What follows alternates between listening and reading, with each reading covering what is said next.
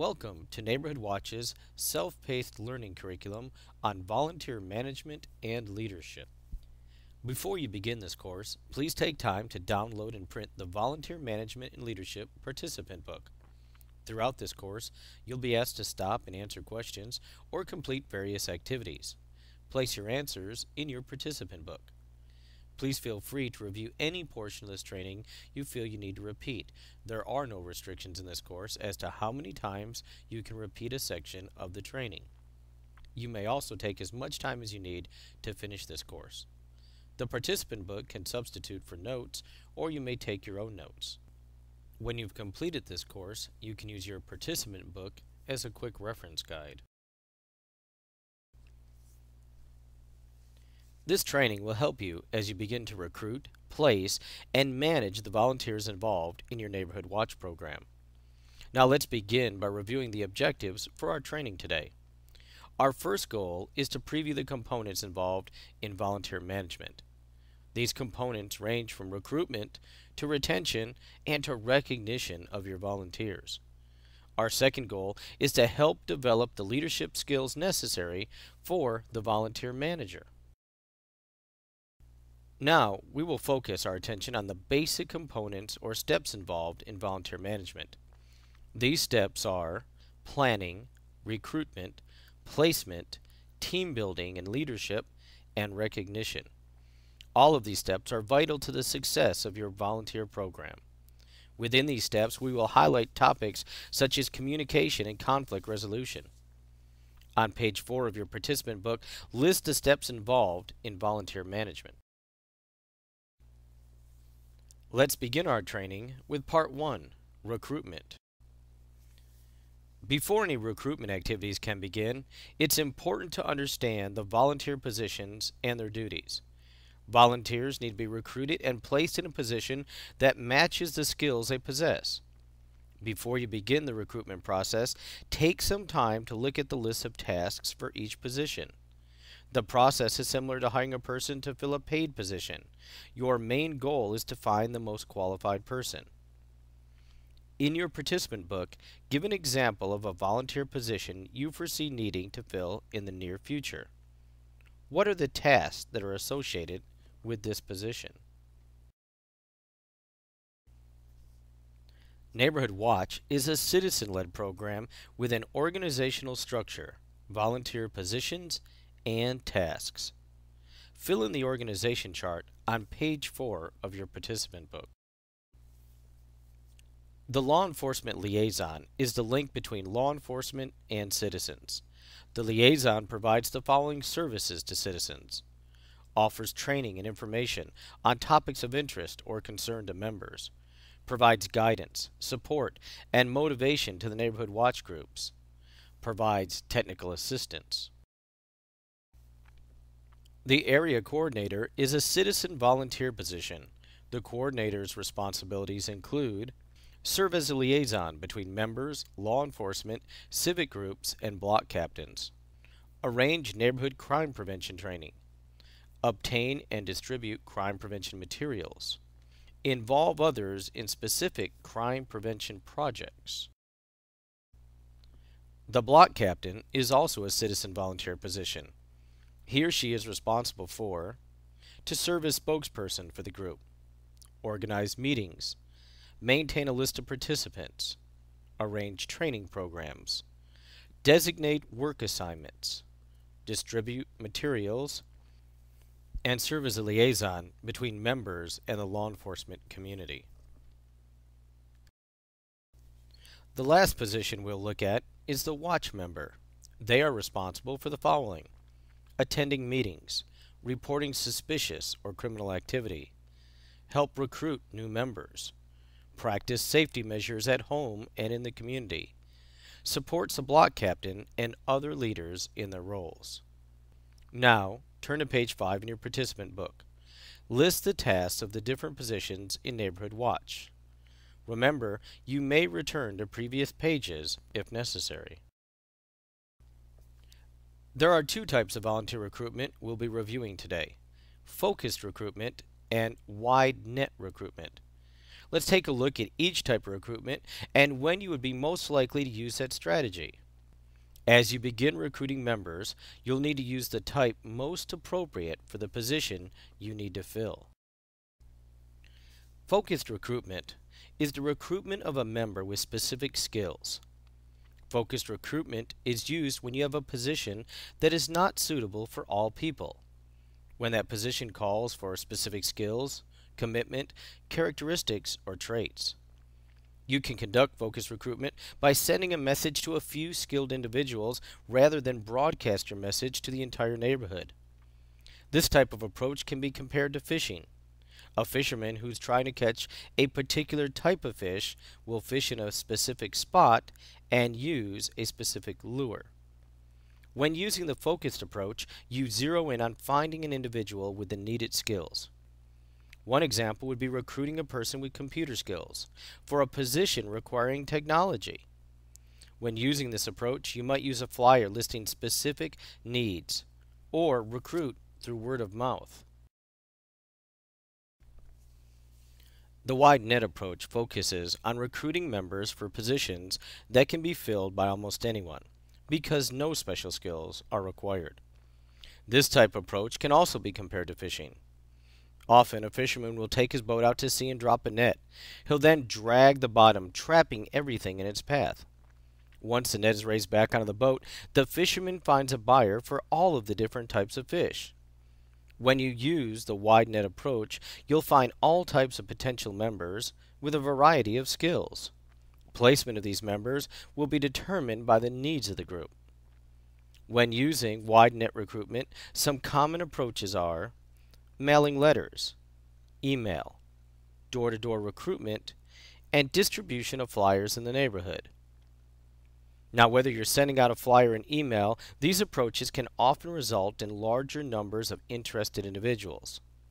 You'll also need to select the approach that best fits your neighborhood. For instance, if you belong to a high-tech neighborhood association, maybe using email is an effective way to recruit new members. Now, once you've recruited your volunteers, it's important for you to place members in a position that is appropriate for their skills. Activity 1. Please turn to page 6 of your participant book to complete this activity. Take a few minutes to look back at the volunteer positions we highlighted in the Neighborhood Watch program. They are Area Watch Coordinator, Block Captain, and Member. What type of recruitment would you use with each position and why? Is it possible to use both types? Now that we have an overview of positions and recruitment types, let's begin planning your recruitment campaign. There are 3 steps in the development of this campaign. They are preparation, message, and distribution. Each step is important to the success of your recruitment plan. Please list the 3 steps in your participant book. Let's look at the preparation phase. As a law enforcer, your first step is to identify and contact your neighborhood leaders and form a small planning committee to assist you. One of the main reasons you'll want to identify and contact these leaders is so that they can provide input on the best strategies for recruiting in their particular neighborhood. One strategy may not be as successful in every single area. They are aware of the needs of their neighborhood and the best communication strategies. A small committee will also be helpful to you because they can be a great source of both ideas and assistance. Developing a strong recruitment message is critical to your recruitment campaign. Your message should contain the following details: statement of the need for the program in their area, information about the benefits of this program to the neighborhood, overview of some of the fears experienced by the neighbors, a listing of some of the personal benefits that the members can receive as a result of the program, and information on how to get involved, such as meeting time, location, and date. Now that your message has been developed, let's look at how the message can be distributed. The strategies we will look at in closer detail are flyers, media notices, personal interaction, and other. The distribution of flyers is one way to recruit. When developing your flyer, you will want to make sure it contains pertinent information that will catch the eye of potential volunteers. First, if you're advertising a meeting, you want to make sure that the flyer contains basic information such as the time, the date, the location, and any other information such as whether a guest speaker will be present or if refreshments will be provided. Second, you want to state the purpose of the meeting or the program. Be sure to state it in the flyer to show the benefits of participation. Last, include some type of attention-grabbing statement. It may be something as simple as a neighborhood crime statistic. Let's review the different types of media strategies available. Announcements made regarding the program or the meeting through a newspaper can often encourage volunteers to participate. Be sure to include your notice in the publication that reaches your targeted audience. Sometimes a neighborhood newspaper is more effective than a city-wide publication. Use of the radio can serve as a strong media resource or as a reinforcement to a newspaper ad. Finally, television can provide excellent coverage. Use of a news conference or a commercial can provide great publicity for your program. Don't forget to check out your local cable station. Partnering with local schools can also provide access to their cable channel. Don't rule out the effectiveness of personal interaction as a strategy for recruiting volunteers. Telephone calls, personal meetings, or attendance at neighborhood events can provide opportunities for recruitment. There are other strategies you'll not want to miss. Use of neighborhood newsletters and email distribution lists can be helpful when forwarding flyers and when announcing upcoming meetings or the need for volunteers. Partnerships with local schools, churches, businesses, and social service clubs can be helpful when reaching out to your neighbors. Now, turn to page 7 of your participant book. Answer the questions and fill in the blanks. On page 8 of your participant book, a recruitment planning sheet has been provided for your use. Take a few minutes to begin identifying some of the strategies you feel will be most effective in your community. What resources or partnerships do you have access to in promoting your program? List them in an appropriate column. The planning sheet will be helpful to you as you begin implementing your recruitment plans. Once you've completed your recruitment efforts, take a few minutes to step back and look at your success. Was your recruitment campaign effective in bringing in volunteers? If the campaign was not as successful as you had hoped, look back and determine the areas for improvement. Get feedback from those around you. They may have ideas on how to improve your recruitment strategies in order to become more effective. Now let's move to part 2, interviews and placement. Many times we don't think about the need to screen and interview volunteers like we do when filling a paid position. It's important to match volunteers with their skills and their interest. There are 4 general steps to volunteer placement. They are recruitment, screening, interview, and finally placement. We have already spent some time on recruitment, so we'll move on to screening. Please turn to page 9 of your participant book. List the 4 steps for volunteer placement. Once volunteers have been recruited, they should be screened. This is the time to collect contact information such as name, address, phone number, email, etc. It's also time to begin looking at skills the volunteer might possess and time available for the project. You should begin thinking about holding informal interviews for specific positions in the program, such as Area Watch Coordinator. Let's take a look at the volunteer interview process. Answer the questions on page 9 of your participant book. Volunteer interviews are similar to employment interviews. You'll want to begin by selecting a location that's both private and comfortable. Greet the volunteer by name and with a smile. You may also want to offer the volunteer a beverage. The hospitality helps in providing a comfortable atmosphere. As you begin the interview, focus on learning 3 things: the individual's motivation for volunteering, their skills, and finally, their availability. We have generated a list of common questions you can use during a neighborhood watch interview. They are divided into 2 categories: direct and indirect questions. The direct questions will help you to learn more about the level of knowledge regarding Neighborhood Watch. The indirect questions will help you learn more about their skills and interest in volunteering.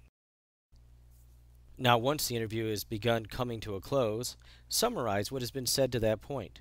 Discuss how the position may be ideal for him or her. Feel free to share any positive stories from other volunteers and their experiences. Finally, you'll need to determine if the individual has the skills needed for the position. If so, the offer is extended and the volunteer placed. Now, complete page 9 of your participant book. As you spend time with your volunteer, whether it's during an interview or afterwards, it's important to begin understanding their motivations. Volunteers are motivated to serve their community for different reasons. We will take a few minutes to learn 3 motivators commonly cited by volunteers. 1. Affiliation. 2. Power or influence. And 3. Achievement. Understanding what motivates your volunteer may be helpful to you when placing the volunteer and later when planning volunteer recognition. The volunteer whose motivator is affiliation enjoys the friendship and social interaction that comes with volunteering. The volunteer is often concerned with being liked and accepted by others. The volunteer whose motivation is achievement enjoys success. This volunteer looks for excellence in their performance. This volunteer is concerned about doing his or her best, is innovative, seeks feedback, and strives to find solutions to problems. The volunteer who's motivated by power or influence has a strong desire to influence others and make an impact. They can be outspoken and forceful at times. They seek status and prestige within the organization. Take a few minutes at this time to complete the chart on page 10 of your participant book. Leadership and team building. This portion of the training will examine how leadership is important to the overall success of the program. You will have an opportunity to look at your own leadership style and your effectiveness. We will also look at the evolution of a team and how to guide the group through this progression. Let's begin by looking at the definition of leadership. The success of a Neighborhood Watch program is often a reflection of its leadership. What type of leader are you? Leadership is the ability to motivate others to work together to achieve a common goal. There are 2 main parts to this definition. 1, the ability to motivate others, and 2, the achievement of a common goal. This basic definition outlines 2 major roles with leadership. First, one must be able to build a functioning team. Second, the leader must possess vision in order to lead the team in the right direction.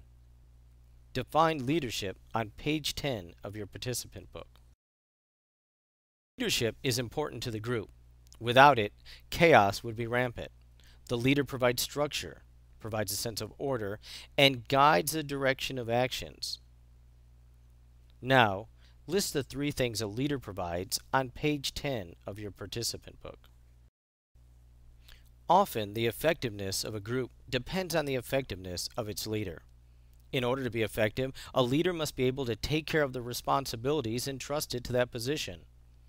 The responsibilities of a leader include creating a trusting environment that supports open communication and creative thinking, providing the team with a vision, motivate and inspire team members. The leader should serve as a role model and coach and help to develop team members. Open communication is vital to the ongoing development and growth of the team. It's a foundation for trust. The leader must also have a vision. We briefly discussed this when reviewing the definition. The leader must have a clear picture in his or her mind of the outcome of the project. In our case, possibly a safe and supportive neighborhood. The leader must also inspire. The team is only as excited as its leader. The leader is also a role model. It's critical that the members view behaviors that you're asking them to possess. Last, the leader is a coach. This role is important as you create leaders within the team. Now, how do you create leaders? Through role modeling and creation of leadership opportunities for members. Additional responsibilities of a leader are facilitating problem solving, striving for consensus and win-win agreements, successfully resolving conflicts as it arises, ensure the team members have training, encourage creativity and risk-taking, and recognize and celebrate success. It's important that you know how to lead your team through the problem-solving process. Problem solving is critical as you begin to address the issues in your neighborhood.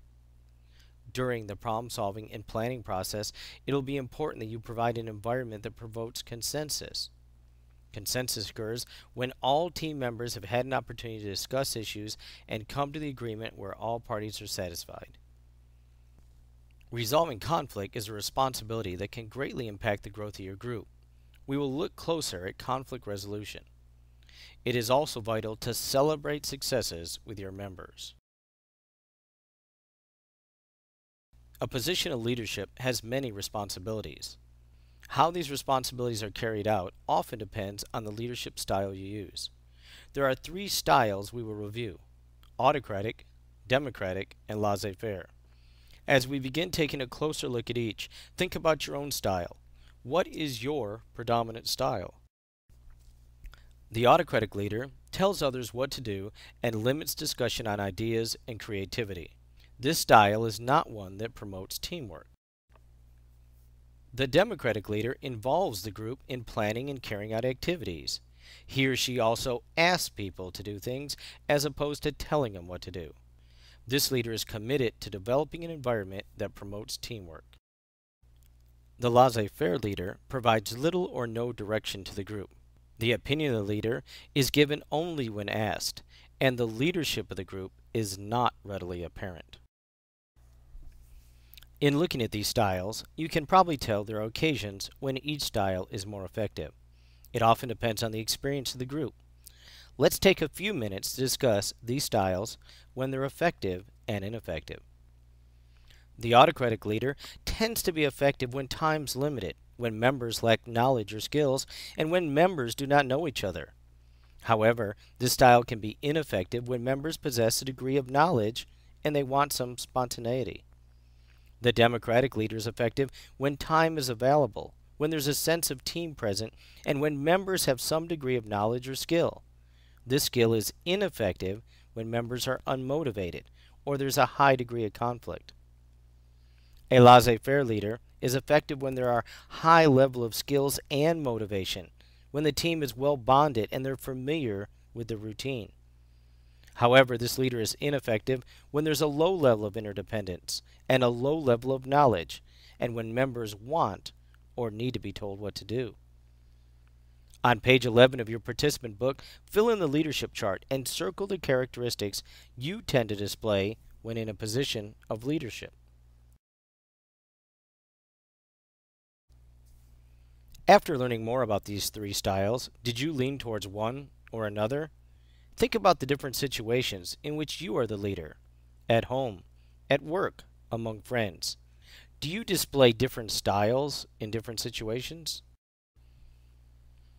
Leadership plus teamwork equals success.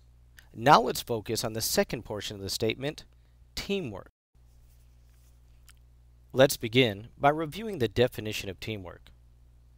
It is work done by a number of associates, usually doing a clearly defined portion, but all supporting the efficiency of the whole. There are 3 major components of the definition, the first being work done by a group. The team completes a project or task. The second component is each doing a clearly defined portion. This component focuses on the fact that each member of the group has a clearly defined task or job. The last component is all supporting the efficiency of the whole. The last piece outlines the most important role of the members, supporting other members of the team. Teamwork is important. Teamwork provides manpower for completing tasks, an opportunity to support and encourage others, and an environment that promotes creativity. On page 12 of your participant book, define teamwork and list what teamwork provides to a group. There are so many benefits associated with teamwork. Aside from making an impact with your community, let's look at some of the other benefits. Deeper friendships with neighbors, shared responsibility for neighborhood, increase support and safety, improve communications. Now on page 12 of your participant book, list the benefits of teamwork. Think about other teams that you've been a part of. What are some of the benefits that you experienced? There are 4 stages of team evolution. They are the calm, the storm, getting organized, and bonding. As the team passes through each stage, it moves towards greater effectiveness and closeness. We will review each stage of this process. Think about the groups that you're currently working with, or the ones that you've served on in the past. Think about what that experience was like. As we look at each stage, fill in the chart on page 13 of your participant book.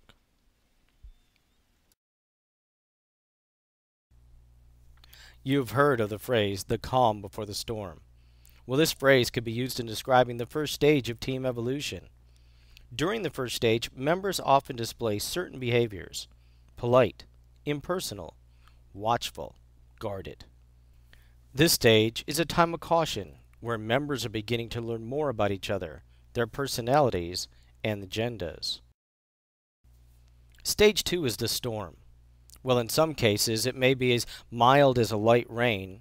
In others, it may be a hurricane. During the storm phase, members often display the following behaviors: controlling conflicts, confronting people, difficulties, and feeling stuck. Dependent on how the members and their leader resolves conflicts, this time can be a time of growth or destruction. Members are continuing to learn more about each other and are beginning to let their walls down just a little bit. The third stage is a time of new growth. During this time, members often begin developing skills, establishing procedures, giving feedback, and confronting issues. Members begin to develop parameters for the group. They're developing skills such as organization, conflict resolution, and communication. During the last stage, bonding, tremendous growth is achieved, both personally and as a team. During this phase, members often display the following behaviors: resourceful, flexible, open and supportive, and effective. There are some basic keys to effective teamwork. Teams that have internalized these keys are ones that are more than likely moving towards the latter stages of team evolution. Now let's review some of the keys to effective teamwork. Each member is important and fills a niche. Everyone has a place of value. When members are in the right place, then the entire group benefits. It's important to know each member's skills and place them in a role that maximizes those skills. As needs become greater, the greater need for teamwork. The type of challenge you face will ultimately determine the type of team you need to be. If the challenge is substantial, you'll need a team that's bonded. Keep the big picture in the forefront. Each member of the team always needs to keep the big picture in the forefront, ahead of his or her own personal goals or agendas. On page 13 of your participant book, fill in the blanks to the keys to effective teamwork. Let's continue looking at additional keys. They include: in order to make an impact, members must work together to make things happen.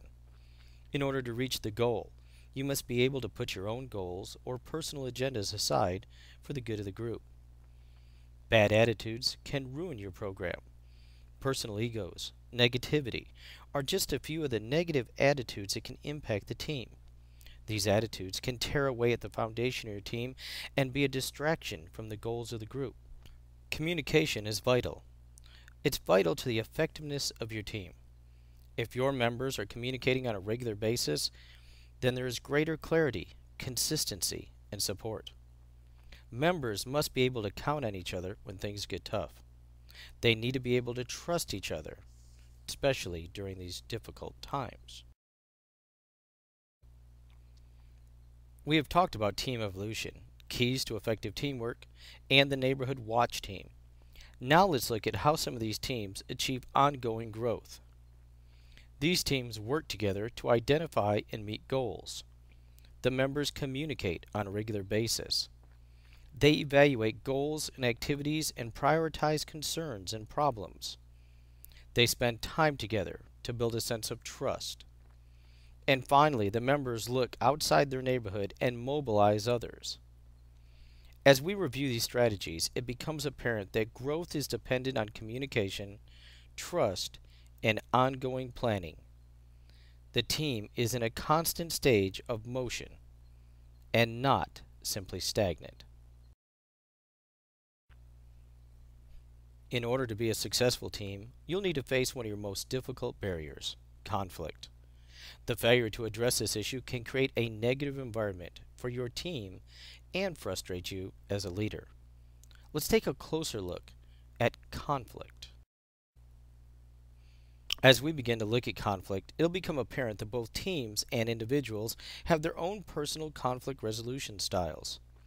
There are 5 primary styles: competition, accommodation, avoidance, compromise, and collaboration.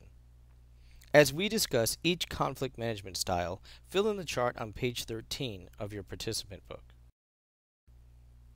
The first method for resolving conflict is competition. When competition occurs, power is used to win one's own position. The focus is on winning, not on the issues. The second method of resolving conflict is accommodation. Accommodation is the opposite of competition. It occurs when one person yields to another member's point of view. Once the decision is made, the angry member undermines or sabotages the decision. The third method of resolving conflict is the use of avoidance. When a member engages in avoidance, he or she often sidesteps the issue. There's a refusal to engage in the conflict, often by postponing discussion of the issue or complete withdrawal or denial. The next method we'll look at is compromise. This method works towards finding a solution that partially satisfies all parties.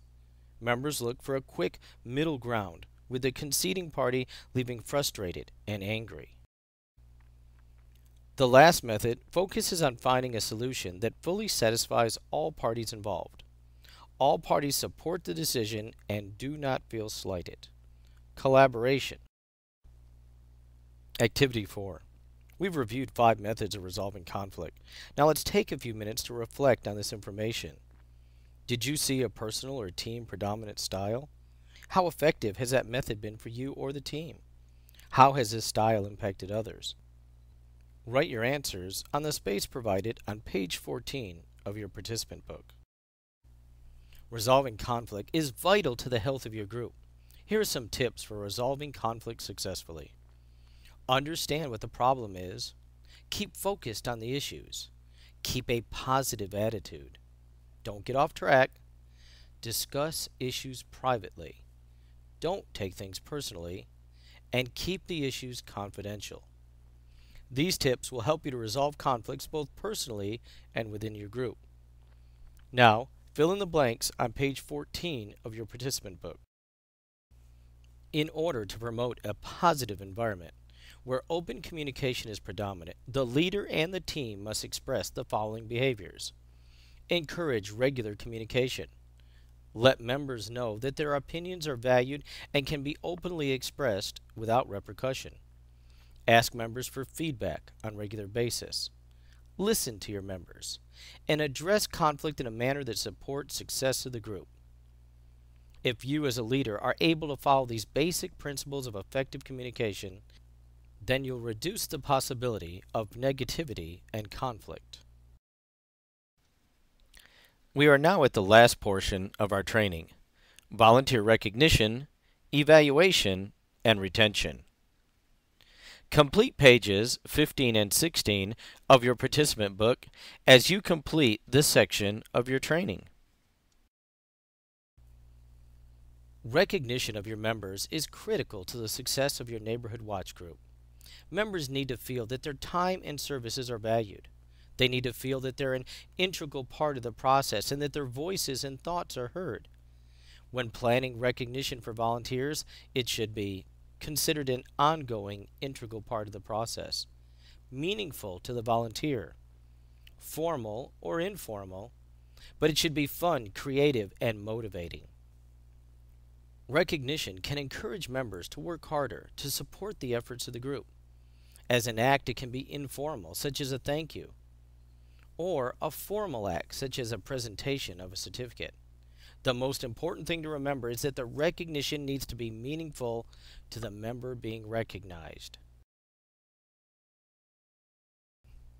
There are two forms of recognition, formal and informal.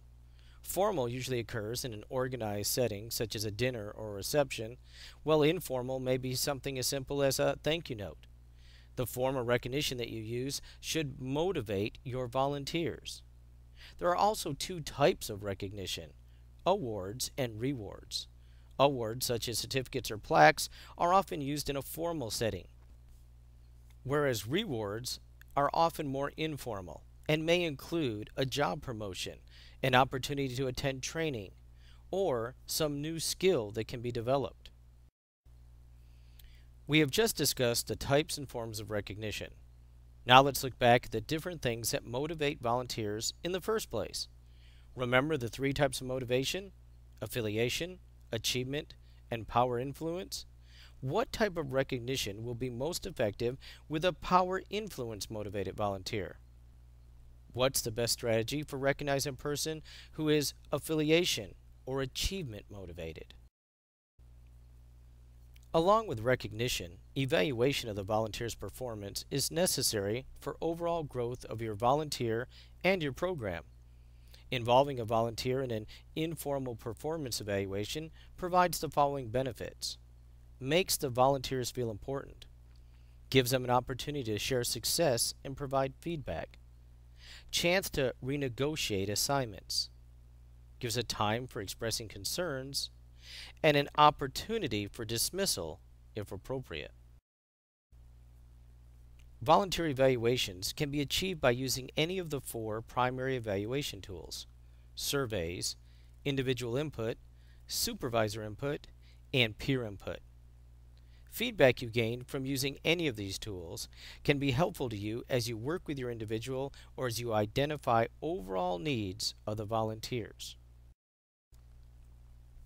As you work with volunteers, there'll be occasions when you have problems. The problems may be related to the volunteer's behavior or their skill. When addressing these issues, take time out to determine if the volunteer needs to be dismissed or just reassigned. The issues may be a result of a lack of skill on behalf of the volunteer. In other words, the volunteer may be overskilled or underskilled for their assigned position. Skills can range from behavioral, such as personal communication, to technical, such as lack of knowledge on topic. It is important to bring the issue to the attention of the volunteer as soon as possible. You don't want to delay in addressing the issue. Delay could negatively impact the performance of the overall group. If appropriate, you may want to give the volunteer a chance to correct the problem.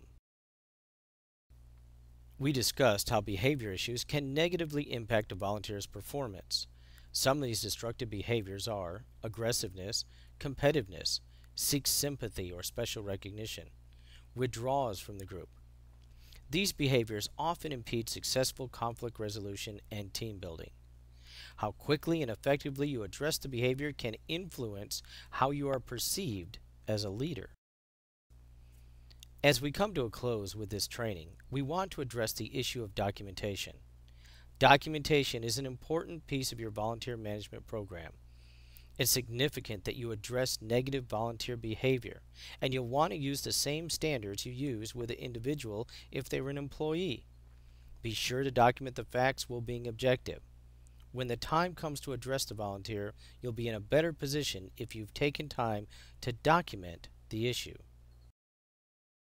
Thank you for participating in the Neighborhood Watch Volunteer Management Self-Paced Training. I hope this training will benefit you as you work with your Neighborhood Watch groups and volunteers.